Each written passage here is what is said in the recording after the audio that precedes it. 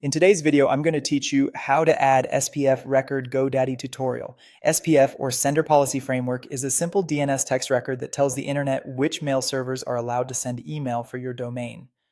Adding it helps reduce spoofing, improves deliverability, and keeps your messages out of spam. Start by signing into your GoDaddy account in a web browser. Once you're in, open your profile menu and head to My Products. This takes you to a list of everything you own. Find the domain section and choose Manage All so you can see every domain in one place. Locate the domain you want to update and select it to open the domain settings page. From there, go to DNS to access the DNS management screen where all your records live.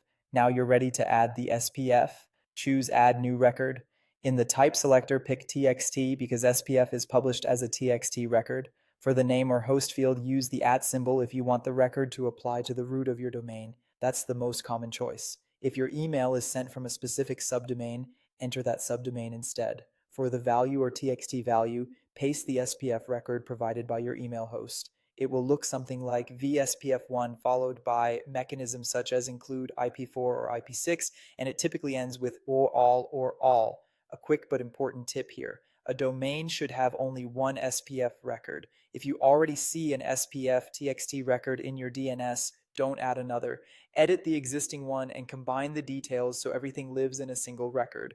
Next, set the TTL. Leaving it at the default is perfectly fine for most setups. The TTL just controls how long servers cache the record before checking for updates. When everything looks correct, select Save to publish the record. Changes usually appear within minutes, but full DNS propagation can take longer, sometimes up to 24 or 48 hours depending on the network. After saving, give it a little time and then confirm it's working. Many email hosts offer an SPF check, and there are public DNS lookup tools you can use to make sure your record is visible.